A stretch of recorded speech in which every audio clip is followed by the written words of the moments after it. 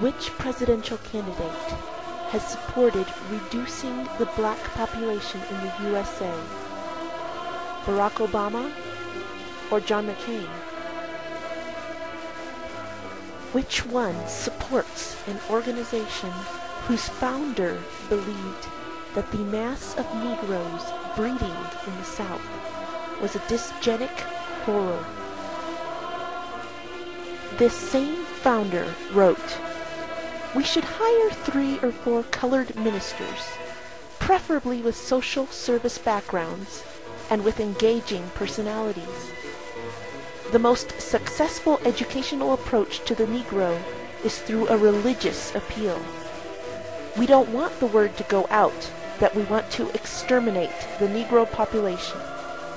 And the minister is the man who can straighten out that idea if it ever occurs to any of their more rebellious members." This organization started the Negro Project to target the black population in America. This same organization is partially responsible for the elimination of approximately 15 million blacks in the USA alone. Which presidential candidate supports this organization? The answers. Margaret Sanger is the racist founder of Planned Parenthood, which is supported by Barack Obama. In Sanger's racist mind, blacks produced too many low-quality children. She wished to change this through the use of sterilization and birth control. In her book, The Pivot of Civilization, Sanger argued that organized attempts to help the poor were the surest sign that our civilization has bred, is breeding, and is perpetuating defectives, delinquents, and dependents.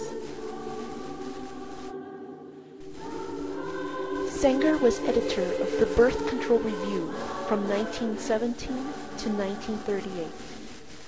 The June 1932 edition of the Birth Control Review was called the Negro Number, and the editorial posed this question: shall they go in for quantity or quality in children?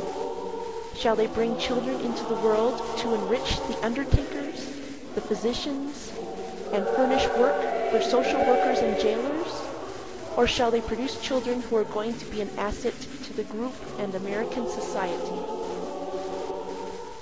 Another article in the same edition criticized the mass of ignorant Negroes who bred carelessly and disastrously, so that the increase among them is from that part of the population least intelligent and fit, and least able to rear their children properly. To control the breeding of blacks and other undesirables, in October 1916, Sanger started an illegal birth control clinic in the Brownsville section of Brooklyn, New York. In 1922, Sanger founded the American Birth Control League. Many members of this league supported racist eugenics. One of these members was named Lothrop Stoddard, who wrote a book titled The Rising Tide of Color Against White World Supremacy. In 1929, the League helped start a birth control clinic in Harlem, a largely black section of New York City. The racist legacy of Margaret Sanger and the American Birth Control League is still with us today in Planned Parenthood.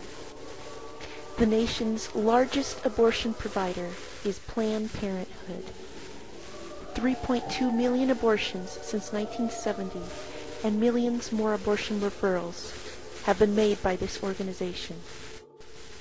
Almost 80% of Planned Parenthood clinics are located in or near predominantly minority neighborhoods.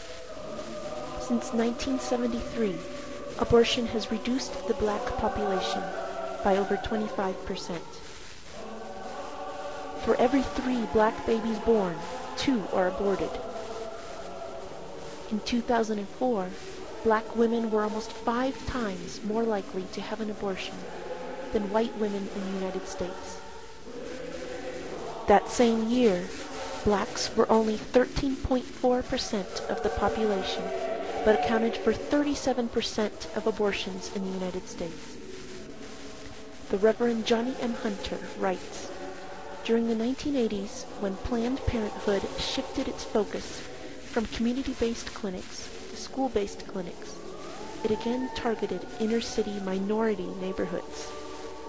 Of the more than 100 school-based clinics that have opened nationwide in the last decade, none has been at substantially all-white schools. None has been at suburban middle-class schools. All have been at black, minority, or ethnic schools. Some blacks are noticing this racist targeting and fighting back." As the founder of King for America, Dr. Alveda King is working toward eliminating social and economic injustices. She says one of the primary issues facing America today is abortion. When you talk about discrimination against the black community regarding abortion, or reproductive racism as it's called, right, you come from a point of view that is intimately involved with a lifetime of discrimination, so you know what you're talking about. That is true. And I say very often, abortion is not a civil right. Abortion is very oppressive, and it affects the civil rights of not only the baby who is killed in the abortion process almost every time, but the civil rights of women. I'm a post-abortive woman. I've had abortions. And my right to know that by having the abortion, I bought the lies of Planned Parenthood, and I believe that it wouldn't hurt more than getting a tooth pulled. All of that was a big lie. Pro-life is a King family position. Martin Luther King Jr. said, "The Negro cannot win if he's willing to sacrifice the futures of his children for immediate personal comfort and safety." Reverend Hunter points out, "Abortion is the #1 killer of blacks in America. We're losing our people at the rate of 1,452 a day. That's just pure genocide. There's no other word for it. Sanger's influence and the whole mindset that Planned Parenthood has brought into the black community say it's okay to destroy your people. We bought into the lie. We bought into the propaganda." Has Barack Obama sold out on the black community? Thanks to all of you at Planned Parenthood for all the work that you are doing for women all across the country and for families all across the country. And for men. On this fundamental issue, I will not yield, and Planned Parenthood will not yield. Hi, my name is Cecile Richards, and I'm the president of the National Planned Parenthood Action Fund. For only the second time in our history, we've made the decision to endorse a candidate for the President of the United States. Today, the Planned Parenthood Action Fund enthusiastically endorses Senator Barack Obama. Why this enthusiastic endorsement? Well, the first thing I do as president is sign the Freedom of Choice Act. That's the first thing that I do. The Freedom of Choice Act would remove the current restrictions on abortion, meaning that Planned Parenthood can kill more babies and make more money.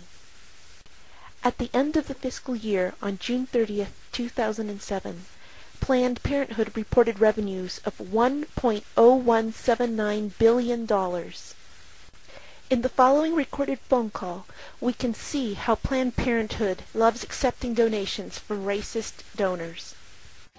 If you specifically wanted to underwrite an abortion for a minority person, you can target it that way. You can specify that that's how you want it spent. Okay, yeah, because there's definitely way too many black people in Ohio, so I'm just trying to do my part. Okay, whatever. Well, blacks especially need abortions too, so that's what I'm trying to do. Well, for whatever reason, we'll accept the money. Meanwhile, the genocide continues, unstopped. Dr. Hunter laments, "We're destroying the destiny and purpose of others who should be here. Who knows the musicians we've lost? Who knows the great leaders the black community has really lost? Who knows what great minds of economic power people have lost? What great teachers